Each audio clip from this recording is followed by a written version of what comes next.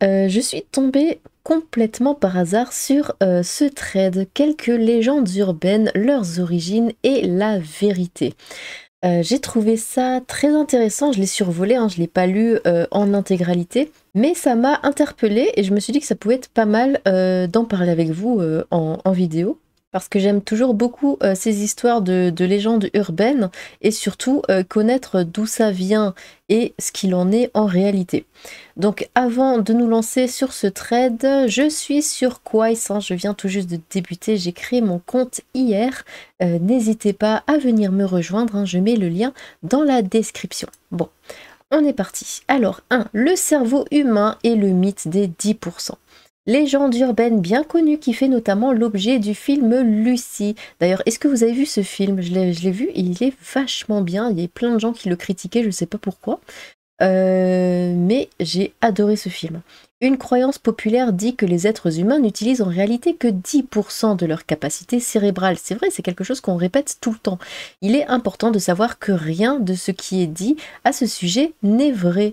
Effectivement, nous utilisons bel et bien 100% de notre capacité mentale, mais nous ne les utilisons jamais en même temps.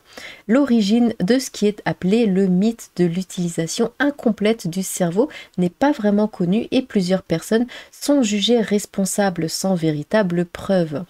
Parmi les présumés coupables de la propagation de cette légende, on compte les parents de William James Sidis, l'enfant prodige, ayant atteint le score de QI le plus élevé jamais connu, plus de 250. Il est aussi dit que ce mythe pourrait provenir d'un ensemble de confusions journalistiques, car pendant un temps, on pensait que les cellules gliales, qui ne sont pas des neurones, composaient 90% du cerveau et que donc seulement 10% de ce dernier servait à penser. En partant de ce postulat, de nombreuses théories ont fusé et toutes ou presque sont désormais réfutées. Un exemple de contre-argumentaire étant le fait que si 90% du cerveau était en sommeil ou inutilisé, alors des lésions cérébrales à ces endroits ne devraient pas affecter le fonctionnement normal du cerveau.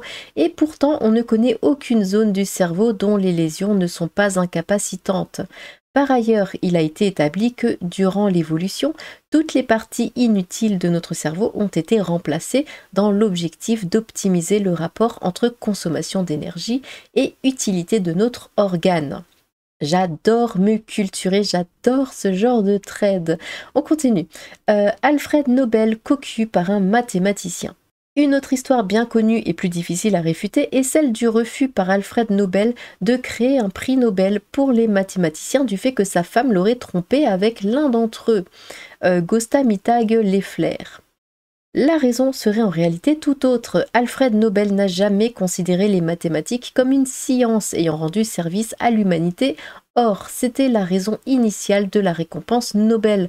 Pour Nobel, qui ne s'intéressait pas du tout aux mathématiques, les maths n'étaient qu'un outil pour la physique, la chimie et la médecine.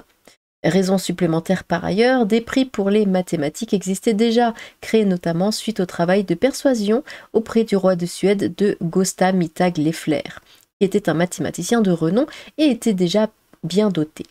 Enfin, d'après le créateur de la médaille Fields qui connaissait bien Alfred et Gösta, les deux hommes se détestaient bel et bien, mais Alfred Nobel ne s'est jamais marié, ce qui vient remettre en cause une partie de la pertinence du mythe. 3. Les mythes et nos vêtements. Si vous pensez que ce sont ces petits papillons argentés qui grignotent vos vêtements, vous faites fausse route. En effet, lorsque vous les voyez posés sur un de vos vêtements, sachez qu'ils pondent, cherchent un lieu de ponte, c'est dégueulasse, et ce sont en réalité leurs larves qui mangent vos vêtements. Ces animaux, lorsqu'ils se trouvent dans la nature, se nourrissent des plumes, des ongles, de la peau, des cornes, des griffes, des fourrures, de tout ce qui comporte de la kératine en définitive.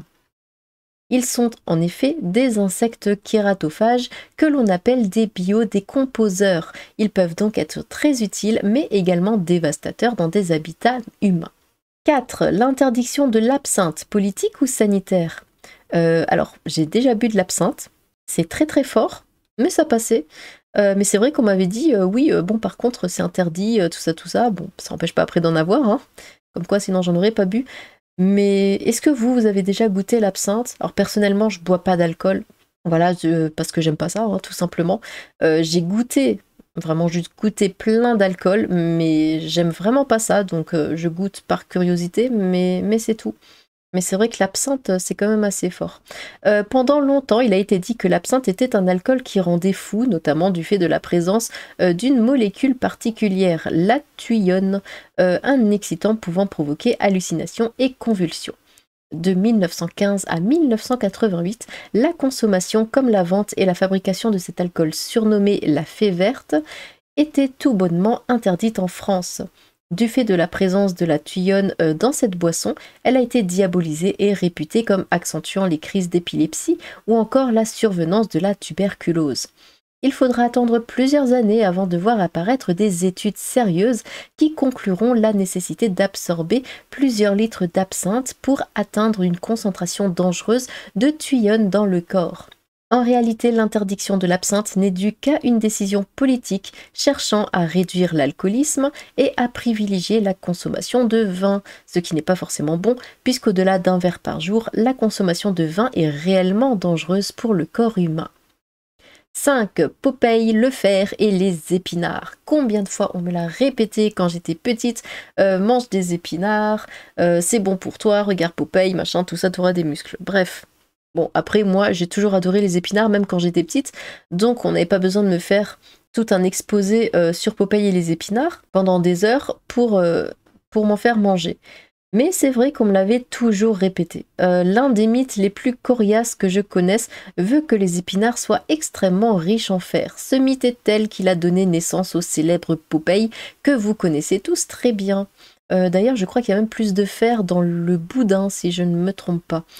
Dans les faits, tout cela semble être dû à une erreur de la part de la secrétaire du chimiste Emil von Wolf, qui aurait mal placé une virgule multipliant par 10 la teneur en fer de l'aliment. 27 mg au lieu de 2,7 mg. C'est en tout cas la théorie défendue par T.J. Hamblin en 1981 dans son article publié dans le British Medical Journal. Théorie qui se révélera être fausse elle aussi, ou plus précisément inventée de toutes pièces. En fait, d'après les recherches du criminologue Mike Sutton, l'erreur viendrait d'une équipe de chercheurs de l'université du Wisconsin, et ils auraient corrigé cette dernière 2 ans après parution en se rendant compte que les résultats étaient faux. Dans les faits, les épinards ne contiennent ni 27 mg ni 35 mg de fer pour 100 g, chiffre de Gustav von Bung, mais bel et bien 2,7 mg en moyenne, soit beaucoup moins que le boudin noir, bah voilà, c'est ce que je disais, 22,8 mg, les palourdes 15 mg, le poivre noir 11,2 mg ou encore les bigorneaux 10,2 mg. Et bien voilà, je crois que c'est tout pour ce thread. Alors après, il y a toutes les sources, hein. De toute façon, je vous mettrai le lien dans la description. Mais j'adore vraiment ce genre de choses. De toute façon, moi, j'adore me culturer, n'est-ce pas? Eh bien, si vous aussi, vous avez des légendes urbaines à débunker, hein, que voilà, tout le monde pense quelque chose alors qu'en fait, c'est pas du tout vrai et vous êtes le seul à avoir la connaissance, la vraie, n'hésitez pas à vous exprimer dans les commentaires, ça m'intéresse grandement. Eh bien, sur ce... Tchou!